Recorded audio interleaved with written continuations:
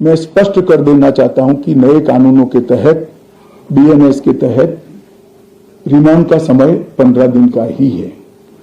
मैं आप लोगों के सामने डिटेल में बताना चाहता हूं, आरोपी को आज पुलिस ने कस्टडी में लिया, कोर्ट ने रिमांड दे दी और आरोपी अस्पताल में भर्ती हो जाता है और 15 दिन तक अस्पताल में रहेगा, तो क्या इसकी पूछताछ ही नहीं होगी? पूछताछ करनी चाहिए या नहीं करनी चाहिए? इसलिए हमने प्रावधान किया है कि 15 दिन की अपर लिमिट के अंदर, 60 दिन की अपर लिमिट के अंदर पुलिस इसका रिमांड ले सकती है, वरना उसको तो जुडिशियल कस्टडी में जेल में पहले भी रहना था और बाद में भी रहना है। एक दूसरा आरोपी पकड़ा जाता है, पुलिस को दोनों को इकट्ठा करके पूछताछ करनी है, तो कैसे करेगी? तो 15 दिन की लिमिट को हमने नहीं बढ़ाया है, रिमांड 15 दिन की ही होगी। 60 दिन के भीतर एक या दो टुकड़ों में आप 15 दिन की रिमांड ले सकते हैं। भ्रांति फैलाई जा रही है कि रिमांड का पीरियड बढ़ाया गया है।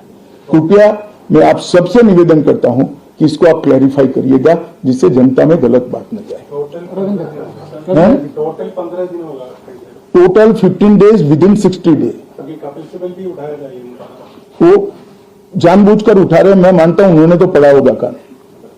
सर, ये आज से ये कानून लागू हुआ, लेकिन सबसे पहला जो मामला एफआईआर हुआ अगर दिल्ली में देखे तो स्ट्रीट वेंडर के खिलाफ कर दिया है।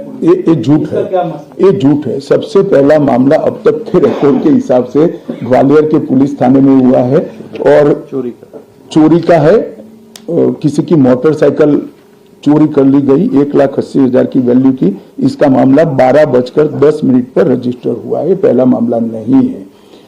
और जो वेंडर के खिलाफ मामला रजिस्टर हुआ, इसका प्रावधान पहले भी था, ये नया प्रावधान नहीं है। पुलिस ने इसका रिव्यू का प्रोविजन का उपयोग कर वो मामले को खारिज कर दिया। आपने तो ये कहा है कि जितने भी लॉज बन रहे हैं शेड्यूल 8 की लैंग्वेजेस में मौजूद होंगे, पर तमिलनाडु की जो रूलिंग पार्टी है डीएमके, उनको अपोजिशन और कुछ और पार्टीज का भी नाम हिंदी में क्यों है, जो पूरे देश में एप्लीकेबल हो? देखिए, मैं अलग बात कहना चाहता हूं। एक तो पूरा कानून तमिल में उपलब्ध कराया जाएगा, एक बात समझिए, प्रोसीडिंग तमिल में होंगे। अगर नाम के लिए भी आपके मन में कोई विरोध है तो मिलकर करना चाहिए।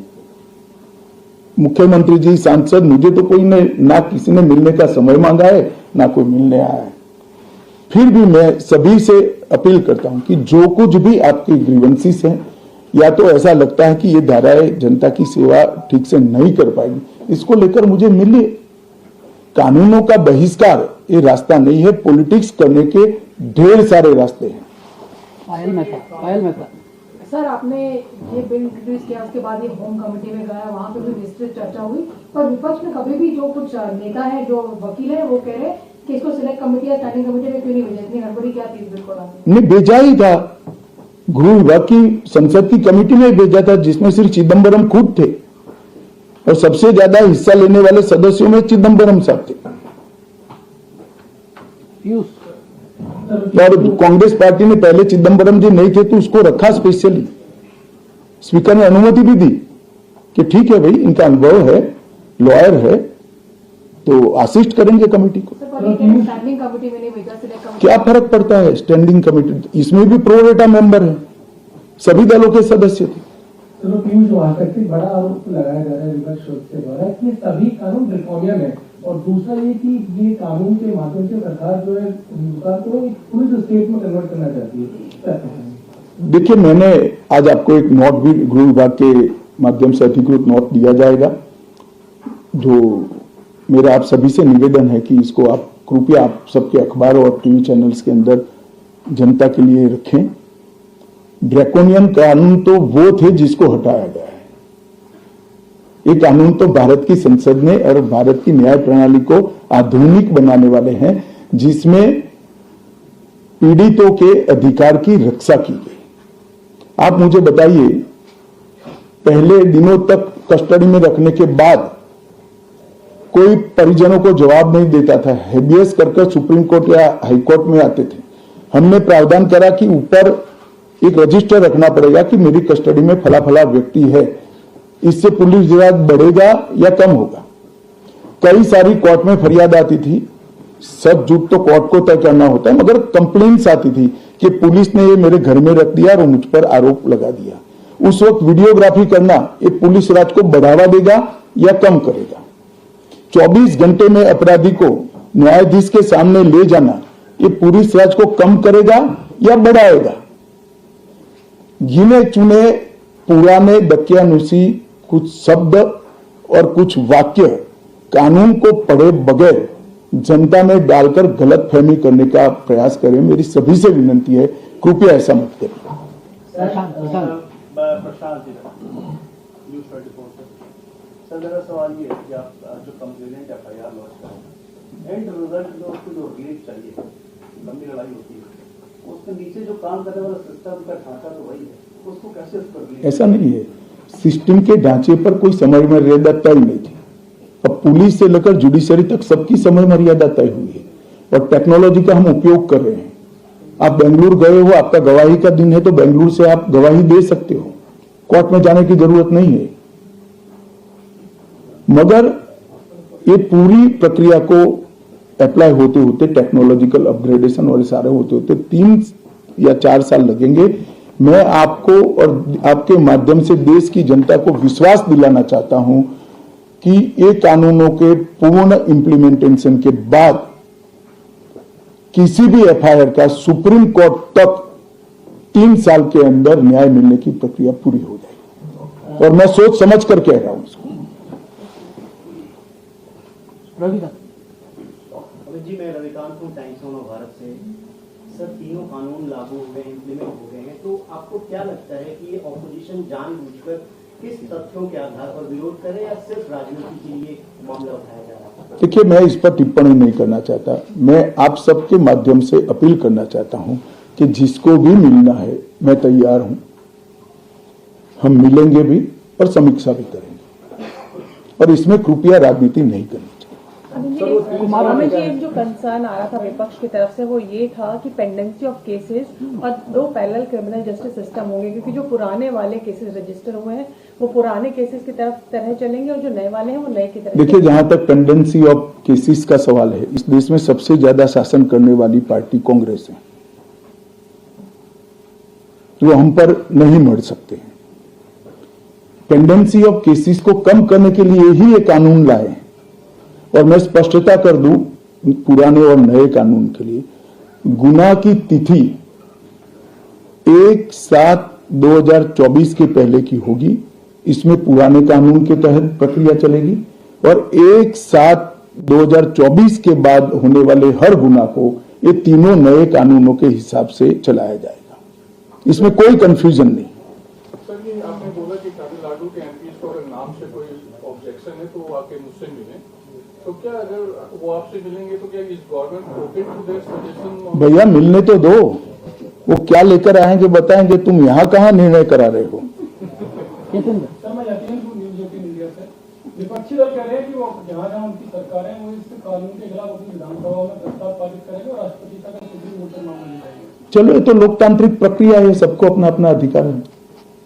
सर, आप कोई सर, इसमें एक जो बात कही जा रही है कि टेक्नोलॉजी का इस्तेमाल होगा और हर थाने तक उनको टेक्नोलॉजी दिया जाएगा, लेकिन अभी भी सब थानों में ये पहुंचा नहीं है, तो कैसे? देखिए, जहां तक थानों का सवाल है, हम 4 साल से काम कर रहे हैं, पूर्णतः नहीं पहुंचाऊंगा, मैं इस बात को स्वीकार करता हूं। इसीलिए इस कानून में हमने प्रोविजन रखा है कि एक थाना कंप्लीट होता है तो उसको आप नोटिफाई कर सकते हो, एक कोर्ट कंप्लीट हो जाए तो इसको, फिर पूरी तहसील, फिर पूरा डिस्ट्रिक्ट और फिर पूरा स्टेट, कई सारे स्टेज में इसकी न्यायिक प्रक्रिया को नोटिफाइड करना है। जहां तक BNS का सवाल है, भारतीय न्याय संहिता का सवाल है, दफाई लगाने का सवाल है, ये पूरे देश में लागू हो जाए। FIR के 3 साल के अंदर FIR दर्ज होने के 3 साल के अंदर सुप्रीम कोर्ट तक न्याय मिल जाएगा, वो नहीं जाती, वो क्लियरिटी। मैं आप सभी के माध्यम से देश की जनता को विश्वास दिलाना चाहता हूं कि इस कानून के संपूर्ण इम्प्लीमेंटेशन के बाद और कुछ तकनीकी तैयारियां करनी है, ये तकनीकी तैयारियां होकर थाना और कोर्ट नोटिफाइड होने के बाद किसी भी न्याय मांगने वाले व्यक्ति को FIR की डेट से 3 साल के अंदर सुप्रीम कोर्ट तक न्याय मिल जाएगा, इसका मुझे भरोसा है। और कानूनों में इस प्रकार का हमने प्रावधान किया है।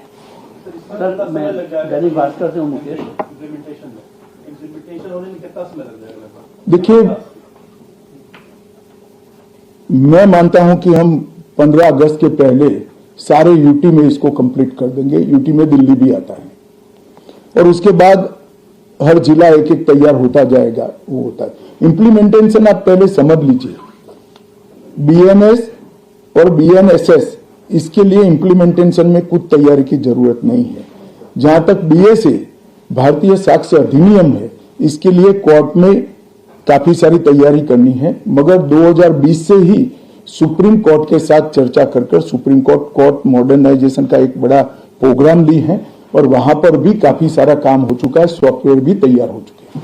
सर भास्कर से मैं मुकेश कौशिक, एक डिस्क्रिपेंसी है कि पुराने कानून में ये प्रोविजन था कि अगर कोई पुरुष के साथ दुराचार करता है तो उसका सेक्शन 377A था, वो खत्म हो गया, लेकिन उसके बाद कुछ मामले ऐसे आ गए हैं जो इस तरह के केस दर्ज हुए। क्या कोई संशोधन का प्रस्ताव है?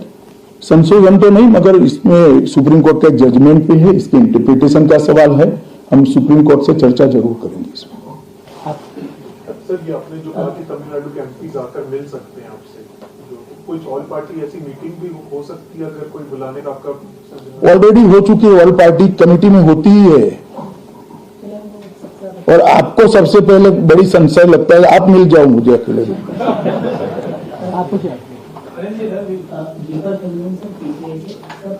एफआईआर दर्ज करना एक महत्वपूर्ण बात होती है। तो थानों में जो पुलिस अधिकारी हैं उनको इस कानून के बारे में प्रशिक्षित करने का काम कब तक पूरा? भैया आप शायद सुने नहीं, 6,20,000 पुलिस कर्मचारियों का ट्रेनिंग हो चुका है और हमारे यहाँ 17,000 के करीब, कितने हैं गोगिया जी थाने? 17,000 थाने हैं, उसमें 6 लाख कर्मचारियों का ट्रेनिंग कंप्लीट हो चुका है नीलू जी दैनिक जागरण और रिफ्रेशर कोर्स भी हो चुका है। सर मैं नीलू रंजन दैनिक जागरण से। सर आज से लागू हुआ है तो कितने कोर्ट या कितने थाने नोटिफाइड हो गए हैं जो इस पर पूरी तरह से काम करने लगे हैं? और फॉरेंसिक का बहुत महत्व है। जनवरी में आपने कहा था कि केवल कुछ 70 जिलों में, जो आपको 85 जिले हैं पुलिस के, उसमें फॉरेंसिक मोबाइल बैंक है। अब कहाँ तक वो बात पहुंची है, कितने जिलों में पहुंची? देखिए ऐसा है कि मैंने जो कहा वो तैयारी में समय लगेगा। तब तक दिल्ली में एक हमने मॉडल लिया है जिसमें फोरेंसिक अधिकारियों को किट के साथ तैयार करा है। ज्यादातर मामलों में फोरेंसिक वैन की जरूरत नहीं, किट से भी हम सैंपल ले सकते हैं और इसकी एक संपूर्ण योजना बनाकर इसका पूरा ट्रेनिंग हो चुका है। और हमारी जो यूनिवर्सिटी है, फोरेंसिक साइंस यूनिवर्सिटी, इसने इसका पूरा सिलेबस भी बनाया है और पुलिस, कोर्ट और वकील तीनों का ट्रेनिंग भी किया है।